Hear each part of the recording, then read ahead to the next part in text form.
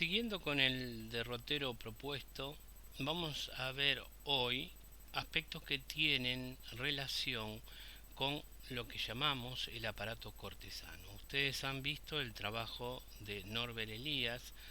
en referencia a la corte real. En este caso vamos a centralizar nuestro análisis en los trabajos de Jacques Rebel, el de Martínez Millán y el de Imiscos Beunza. En términos generales, hablando de la monarquía hispánica, Martínez Millán nos presenta la siguiente imagen. La corte es la forma de articulación que con el aumento de los reinos experimentados por herencia, agregación y conquista se dio la monarquía hispánica. Es decir, no es simplemente un espacio dentro de la monarquía, sino el espacio articulador de la monarquía. Ese es el énfasis que quiere componer Martínez Millán. La corte se componía, dice él, de tres elementos claramente distintivos dentro de lo que es el aspecto o la configuración que adquiere la monarquía castellana. Por un lado, la casa real, elemento fundamental, es decir, el rey y su familia o familiares cercanos, así como sus siervos y aquella gente que depende directamente de la casa, la visión de casa ampliada o gran casa, gran house, los consejos y los tribunales, es decir, tanto el aspecto de articulación de la nobleza como también aquello que son las atribuciones propias del rey, que es la conformación y ser el eje del aparato de justicia, ¿no? Y en ello debemos ver una evolución que va desde la Edad Media a la Edad Moderna. Podemos representarlas de esta manera, es decir, acá ustedes tienen la corte de Alfonso X el Sabio,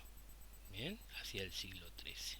Bien, la versión evolucionada de ella en Francia es, por supuesto, la corte de Luis XVI y el sistema, y ahí tenemos el sistema cortesano evolucionado. Bien, lo que tendremos que ir analizando. Es importante que tengamos esta idea, bien, de que tenemos que observar la corte real evolucionada desde la Edad Media, desde la propia casa del rey, desde un punto de vista de un poder privativo del monarca que a partir de su familia ampliada y extensa empieza a convertirse en lugar de disciplinamiento de la nobleza. Ustedes ven ahí retratada dos formas en las cuales se puede ver esta corte. Pero tenemos que tener en cuenta también que la corte conforma un aparato o un sistema en el cual se articulan los distintos linajes y la distinta nobleza del reino. De esta manera el poder del rey puede en forma reticular establecerse en todos los espacios en los cuales se encuentra los territorios del rey. Hay varios aspectos en los cuales avanzan las investigaciones sobre el problema de la corte y es por ello interesante el trabajo de Martínez Millán. Él habla en primer lugar de un aspecto sociológico, bien, los primeros análisis en torno a la importancia que tiene la corte del rey están a cargo de aquel que ustedes leyeron y trabajaron, Norbert Elias. Sobre este punto también investigadores como Oestrich, a través de la investigación del disciplinamiento social, este es un concepto muy utilizado y muy importante para entender que pasamos de esa nobleza que en la Edad Media era levantina, bien, a una nobleza que ya cortesana sale del espacio simplemente de la guerra feudal para establecerse ya en la corte, y aquellos que son las costumbres o formas en las cuales se desarrolla la nobleza, que pasa de ser esa nobleza guerrera a la nobleza cortesana. Estos elementos tienen que ver también con cambios estructurales de la sociedad, es decir, por ejemplo, el avance de la religión y sobre todo del confesionalismo, lo que dará a cada corte europea, digamos, una forma en la cual se articula las costumbres y formas culturales en relación también al espacio religioso, sobre todo en función de estas tres grandes religiones confesionales que son la luterana, la calvinista y la católica. Si el elemento de confesional es importantísimo de tener en cuenta, también tenemos que tener en cuenta un segundo plano,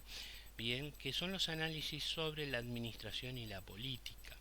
sobre todo los avances que en particular se dieron por parte de la historiografía inglesa, sobre todo los trabajos, por ejemplo, de Lawrence Stone, en los cuales nosotros tenemos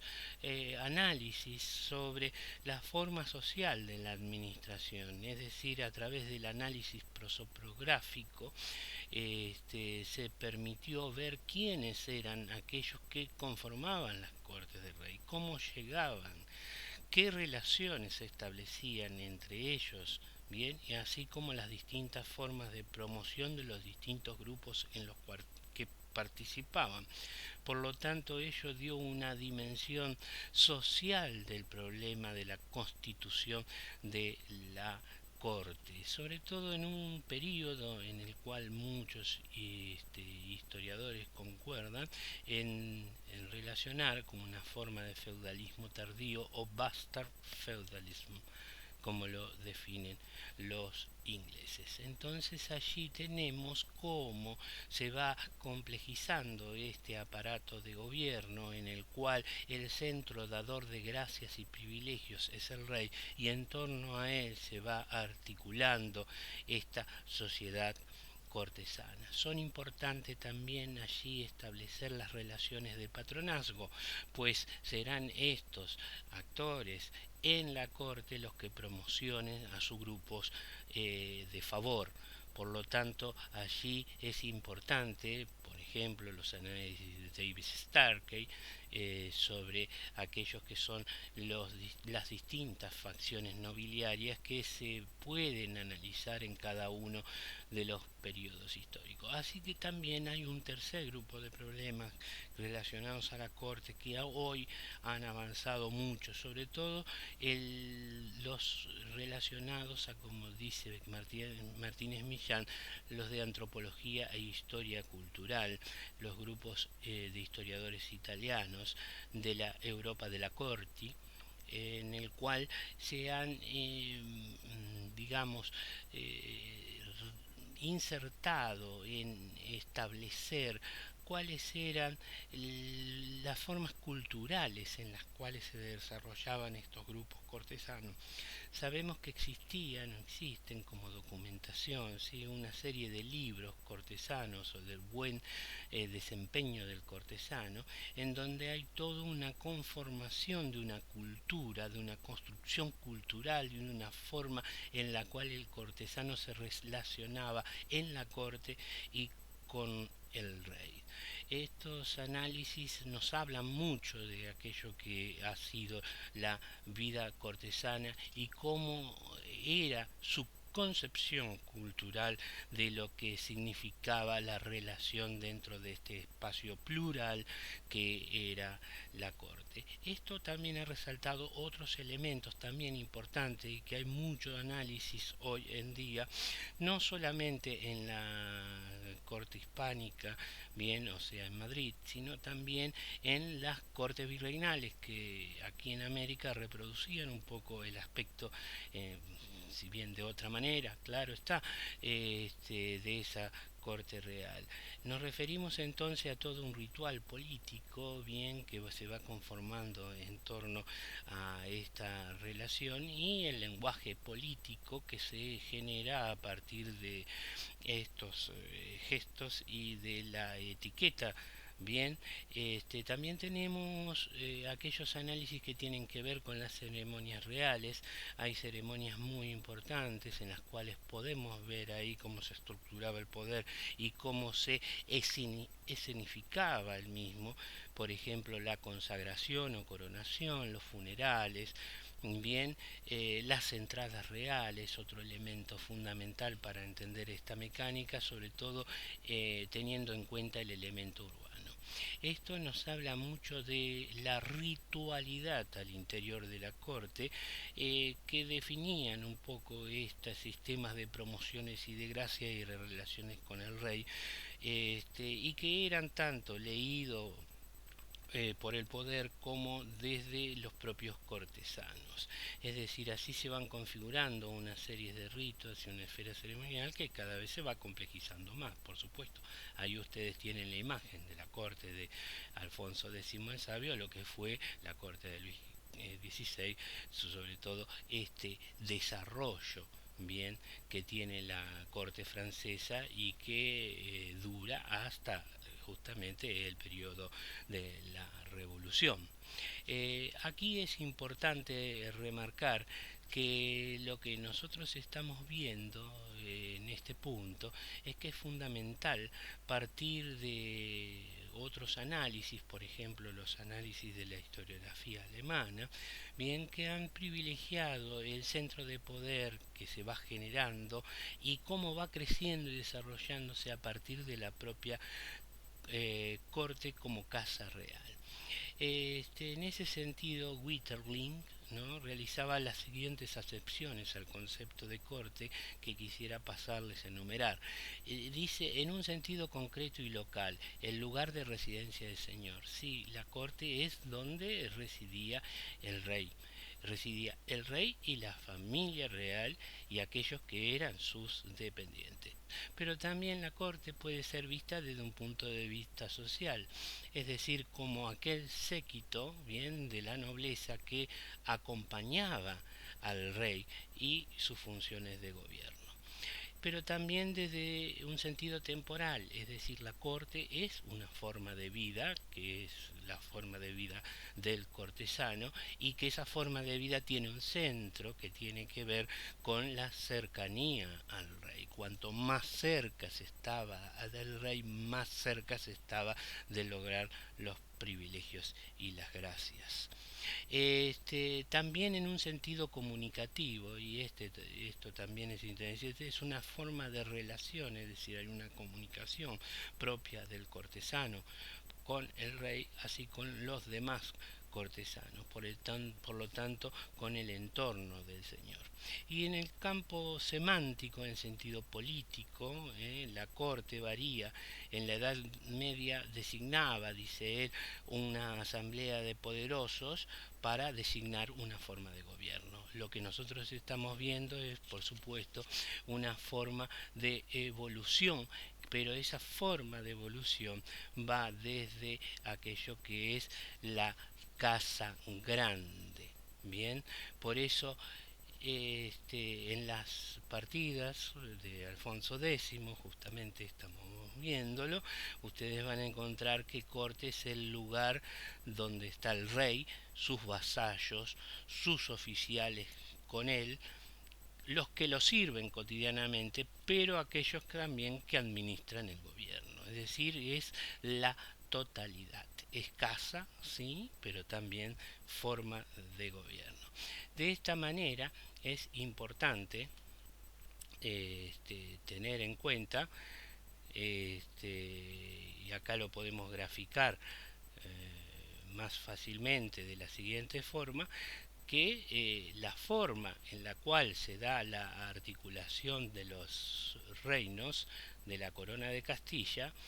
acá tienen ustedes aquello que es la administración central y la relación con las administraciones locales, pasaban esencialmente sus problemas a través de la corte, porque en la corte va a estar esa nobleza que en cada uno de los territorios domina. Por lo tanto, la forma en la cual el poder del rey llegaba a los distintos espacios políticos del reino y a los distintos reinos que componían el imperio hispánico eran justamente a través de estas noblezas disciplinadas por las cortes. Por eso allí puse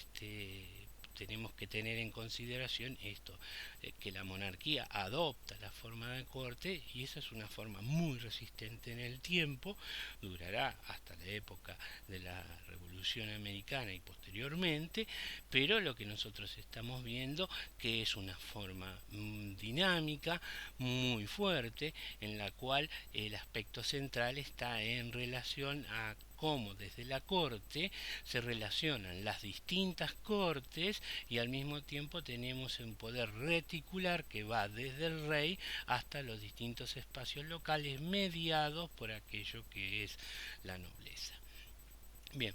espero que estos aspectos les sirvan a ustedes para organizar un poco este material que tiene que ver fundamentalmente con esta idea de red de poder que ustedes pueden observar en el trabajo de Imiscos Beunza, de cómo es o toma importancia en la época moderna las relaciones personales e interpersonales que definen en algún punto la promoción de ciertos agentes dentro del imperio hispánico. Muchas gracias.